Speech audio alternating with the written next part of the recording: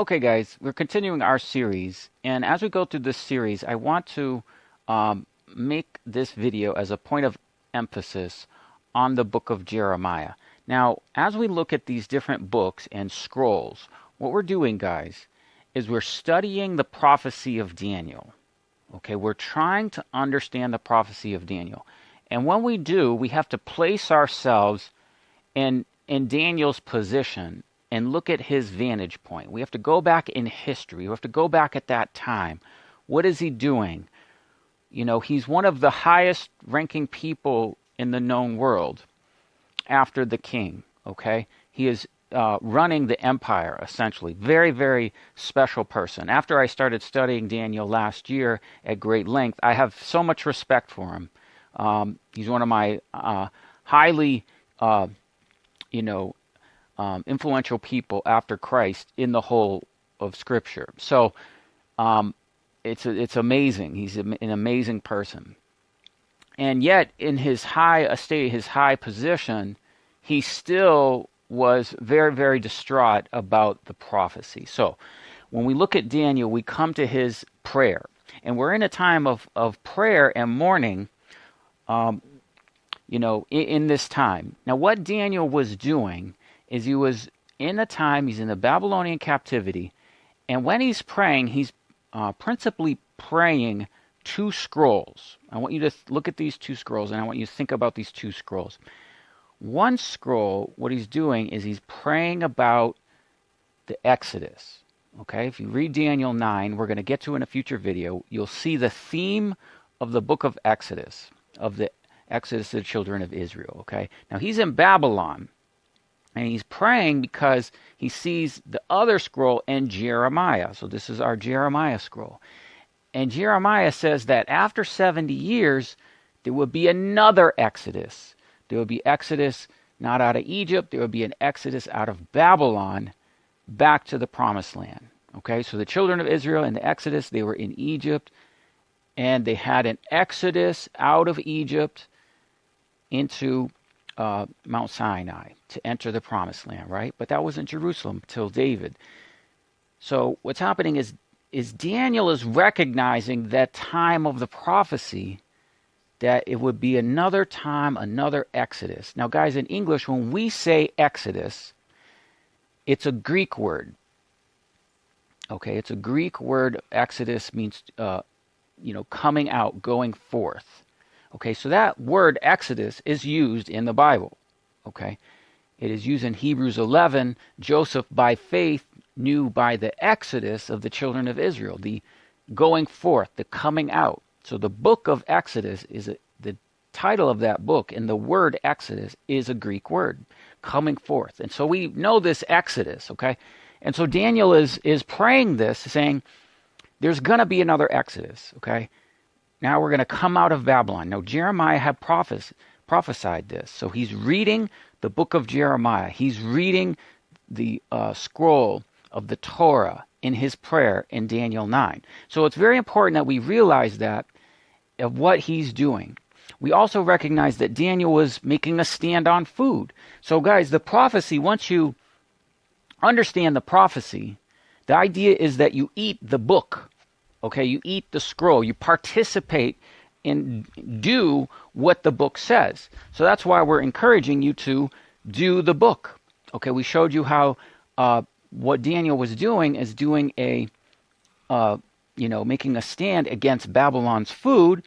And we have the video we told you guys about the Ezekiel bread. Okay, Ezekiel had the pot. He made the bread. We talked to you about the prophet's diet. Okay, so that's a way of doing the prophecy, okay? But the main thing is to understand the construct of the prophecy, and also do the prophecy, do what Ezekiel said, but also do Daniel's prayer, Daniel 9, okay? This is critical for us.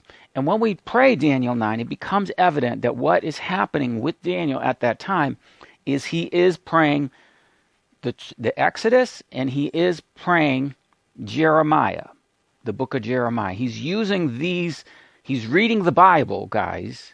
Okay, Daniel is reading the Bible. Okay, he's reading the prophet Jeremiah, he's reading the Exodus, and he's praying those scriptures. He's praying those prophetic words.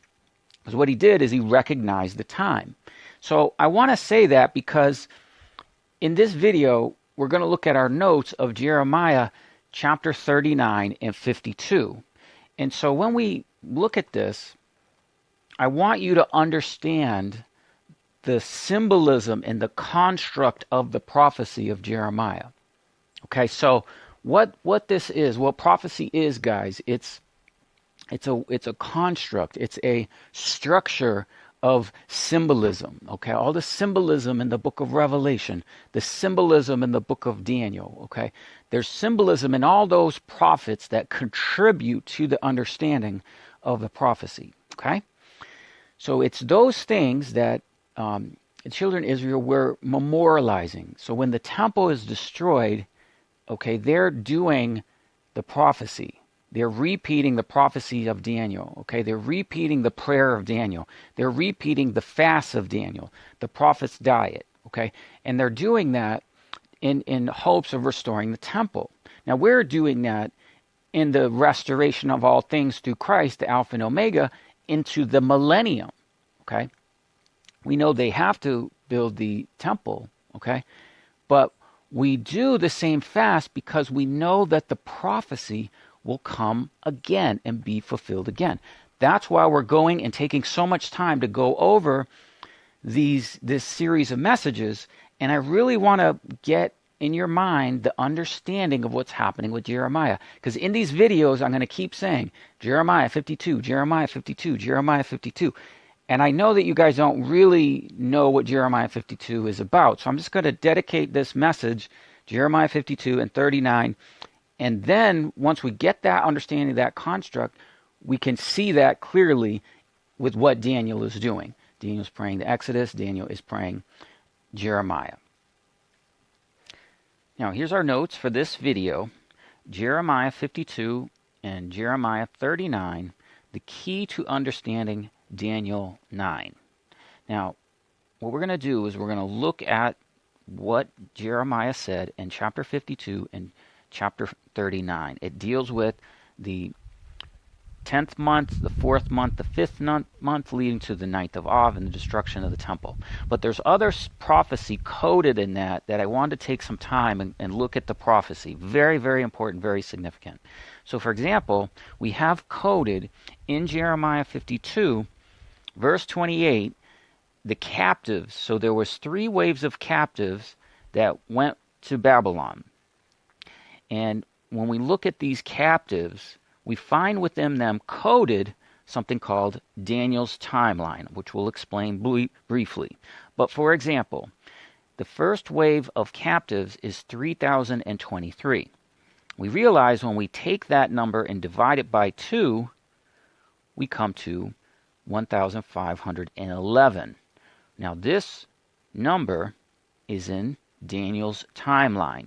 It's the time period from the Revelation 12 sign to the abomination of desolation. So these people, once we divide them in half, represent days.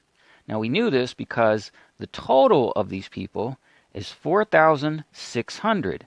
Now this number stood out to us because if we divide that number in half, we come to 2,300. So in Daniel's timeline, it's 2,300 days. Okay? So we knew that something was going on here. All right?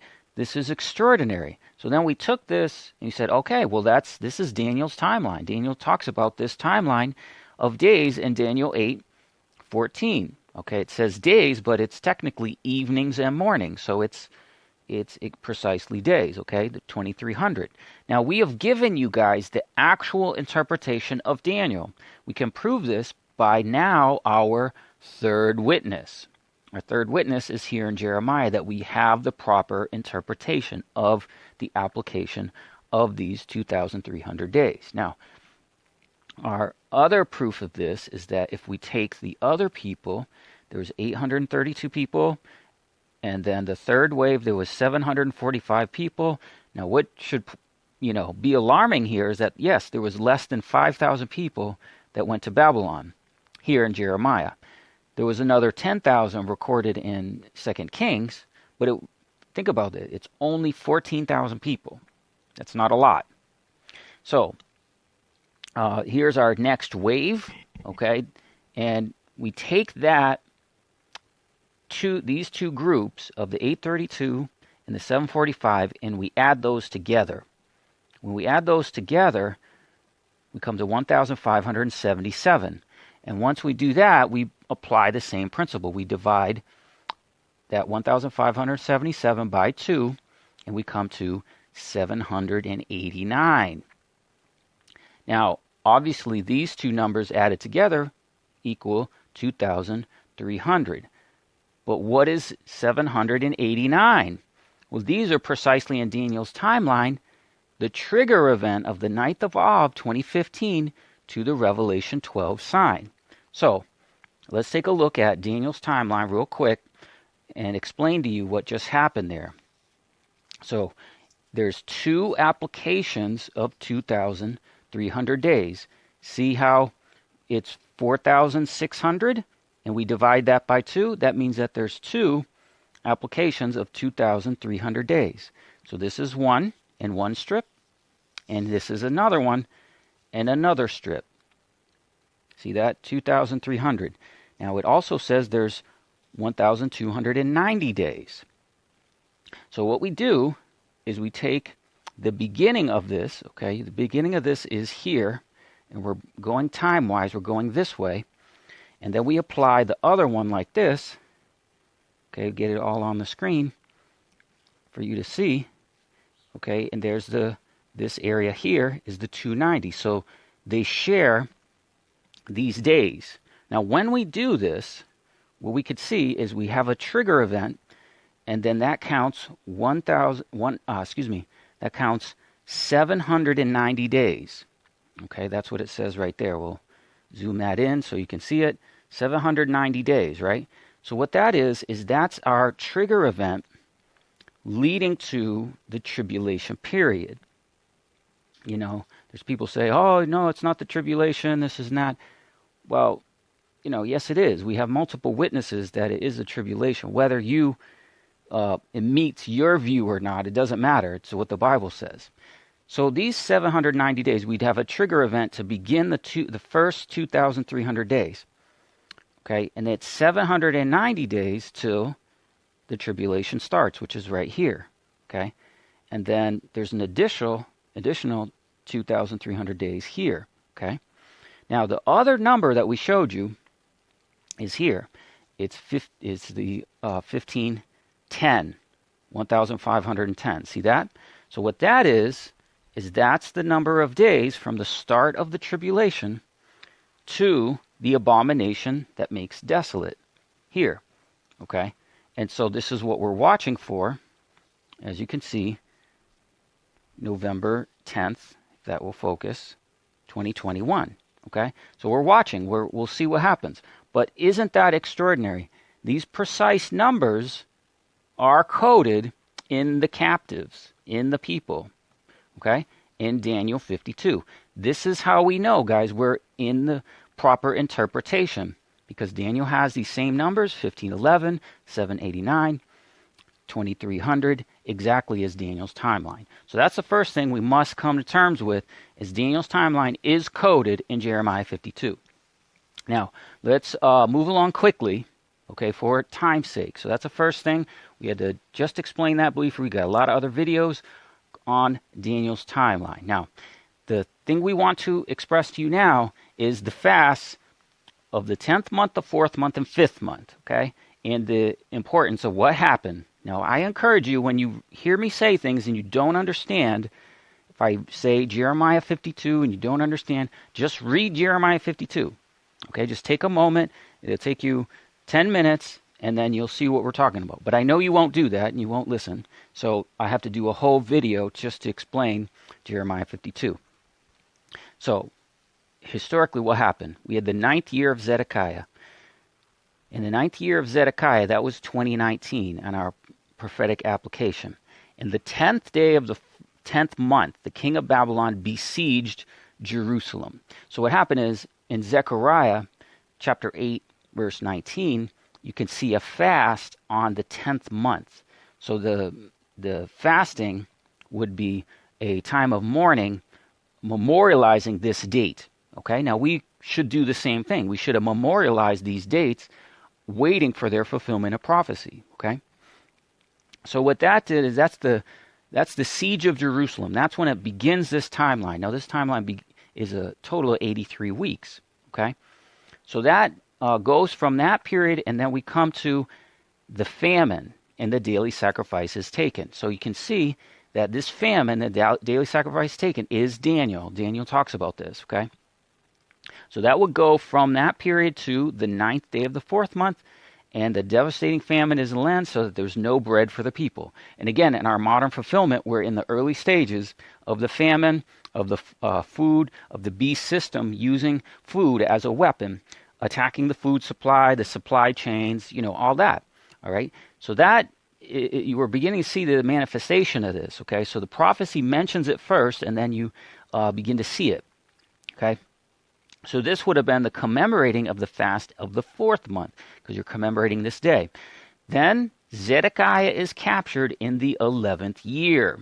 So what happened is, after the siege of Jerusalem, the men fled, and the Chaldeans pursued them, and King Zedekiah in the plains of Jericho, and they took them to the king of Babylon. So this was our one of our major signs that we had a modern fulfillment of this precise date, okay? Because on this date, it was just before this, Netanyahu was taken out as prime minister. And then, as we showed you in the other video, that they commemorated this daily sacrifice offering without actually doing the sacrifice. So we knew this prophetic date was being fulfilled this year at this time. It wasn't another time, it's now, okay? So then the prophecy must continue. It must precede that and follow that. So yes, coronavirus began the siege of Jerusalem, the famine, the food supply, and this would lead us to the famous 9th of Av and the burning and destruction of the temple. Now, in the 10th day of the 5th month, which was the 19th year of Nebuchadnezzar, king of Babylon. So this is 19 years after 9/11. We showed you the years of 9/11. He burned the house of Yahweh and the king's house and all the houses of Jerusalem he burned with fire. So this is the fast of the 9th of Av. Now, it's quite possible that Daniel was doing this fast in Daniel 10, because from in that 4th month you could count 3.5 weeks, and then you would come to the 5th month in this time period in 9th of Av. We're not saying exactly that's what it is, but we could practice, and we could be in prayer, be in seeking Yahweh for the same fulfillment in our day. In Daniel's timeline, we also find that 4th month and 5th month in the counting of the weeks. So when you count the weeks from the peace deal, from those weeks we will arrive at Pentecost. Okay? Now, if we count from the woman clothed with the sun in Daniel's timeline, the 1,335 days, that is also Pentecost, arriving at the same time. Then, what Daniel says is then the confirming of the covenant for 1 week. So then that week would be when Yahweh came down on Mount Sinai, 7 days. Then we learned about an additional 3.5 weeks in Daniel 10, verse 2. So from the coming down to Mount Sinai, we count another 3.5 weeks. We come to the 16th day of the 4th month. Okay? So that's the fast of the 4th month, 16th day of the 4th month. And then we would count another 3.5 weeks, and we come to the 12th day of the 5th month. 16th day of the 4th month, excuse me. Okay, so these counting of the weeks, this is why we believe there's an actual of these counting of the weeks would actually apply to this possible prayer in Daniel 9, that he would actually be doing the prayer of fasting in the 4th month, 5th month, and 10th month. So it could have been that period of time that Daniel was praying in Daniel 9. Okay, we don't know exactly, but we're showing you how this relates to Jeremiah. Jeremiah talks about the 4th month and 5th month, okay? And Zechariah says that when the Jews were in captivity in Babylon, they were praying in that 4th month, 5th month, and 10th month. Okay? All right. I want to do this whole video to explain that to you guys. Okay? So you get that solid. So the 9th of Awe, the burning of the house, this is a fast. It's the fast of the 5th month. Okay? And yes, we should do those fasts. We should look at this information. We should study prophecy. Now, our next thing that's fascinating in Jeremiah, that I'm just going to plant a seed. You guys can do some research on this and look into it. But what Jeremiah does is, very interestingly, he gives us an inventory of everything that happens in the destruction of the temple. So we saw the houses burned, but then they took the brass, they took the things of value, and they carried them to Babylon. So it goes on in great detail to describe the 2 temple pillars and the pomegranates. Okay. Now, again, we have to look at this as historical fact. Yes, that happened. But why is the scribe, could have been Baruch, that's recording this, but why is the scribe making such an effort to detail this inventory of everything that comes out of the house of Babylon, goes into Babylon? Not only that, the most detail is given to the 2 temple pillars. Okay? So in verse 17 of Jeremiah 52, the pillars of brass in the house of the Chaldeans broke, and they carried the brass to Babylon. The 2 pillars. Okay? The height of one pillar was 18 cubits, and a circumference of 12 cubits. And the 4 fingers was the thickness. 4 fingers thick, and it had a capital on top of 5 cubits. Okay, and then it goes on to describe in the capital. Okay, it was a wreath with lattice work, or it will say a network of pomegranates. Now, all this you can read about in 1 Kings and 2 Chronicles when it's talking about when Solomon first built the temple. They record the details of what these 2 pillars look like with the capitals on top, right? And these pomegranates. Now, the reason the scribe is telling us this is because it's a type and shadow of the high priest. The high priest had a hem which had pomegranates on it. It had the design elements and features that are in the pillars in the temple were on the high priest's garment. It had the pomegranates. It had the bells. Okay, and that's what we could see on the 2 temple pillars. So we'll have to do another whole video to explain that. I'm just planting the seed that the pomegranates refer to the bells of the pomegranates on the hem of the high priest's garment. This is going to lead us in a further video to Isaiah chapter 6. Okay, so we have the 2 temple pillars. All right, and now we also have something interesting where we have the council of the Magi. So this is all being recorded as we're reading in Jeremiah 52. Jeremiah 39 details the same thing, and it adds a little bit of information dealing with the prophet Jeremiah. So the princes of Babylon, they sat in the middle gate, and they list their name. I think there's 7 of them. One of them is called Rab Maj. Now this Rab Maj person, Rab in Hebrew means great, and Maj is the root word for Magi. So that's why we're calling this the Magi Council, because in the Old Testament, the only place that the word Magi is used is right here in Jeremiah 39, verse 3. Okay? And then in the New Testament, the Magi is the Greek name and title for the historic Magi and Council of the Magi that goes all the way back to Daniel. So let's remember, when Daniel was taken to Babylon, he then becomes leader of this group of Magi. Okay? So what they did, guys, is these Magi, they sent and they took Jeremiah out of the court of the prison. All right? So when they take Jeremiah out of the court of prison, this is a type of Jeremiah be given the 2 wings of an eagle. So that's Jeremiah's release. So in all, we're going to have another video on the woman is given 2 wings of an eagle. And our type and shadow in the prophecy of Jeremiah 52 and 39, at this time, Jeremiah has been in prison many years, and now he's loosed. And so when he is released from prison, this is a sign of the woman is given 2 wings of an eagle, his release, okay? and it talks about the captain of the guard in Jeremiah 40.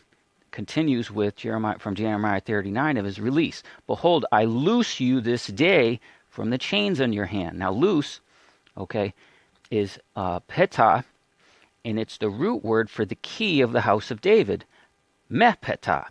Okay, you can see the key of David in Isaiah 22:22. Okay, so I loose. Okay, so he's being loosed with the key of David.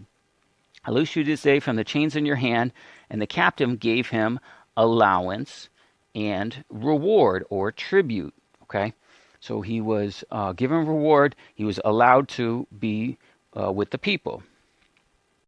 Now you can see the extraordinary prophecy there in Jeremiah 52:39 and how it relates to Daniel 9. Now, guys, if we had known this in advance, okay, we would have known that the sign would have been 9/11. We would have known that Netanyahu would be taken out as prime minister at a precise time. So we have to understand these fasts, the fast of the 4th month, the 5th month, the 10th month, okay? I keep saying this over and over so that you get this in your heart. Now you can also see how Jeremiah and the Exodus contribute to Daniel's prayer in Daniel 9. We'll do another video on that. But this is a series, and had we known this prophecy, we could see that we have these signs that would lead to the tribulation period. Within the tribulation, we would have a Zedekiah figure. We would have this king's timeline. And how we know it clearly, we could have seen in advance the peace deal. We could have seen these things. So we encourage you to eat the scroll, to participate, to pray, to do the prophet's diet. Okay, that's why we're sharing these messages with you. And it's leading to all these messages are leading to the woman was given 2 wings of a great eagle. Okay. And so in this one, it was really necessary for us to look at Jeremiah. Okay. How he, in his prophecy, Daniel saw the 70 years and the Exodus. Okay. And that's what he's praying. So be praying Daniel 9, and we're going to have more videos. This is called Week 2 Wings. Thanks for watching, and God bless you.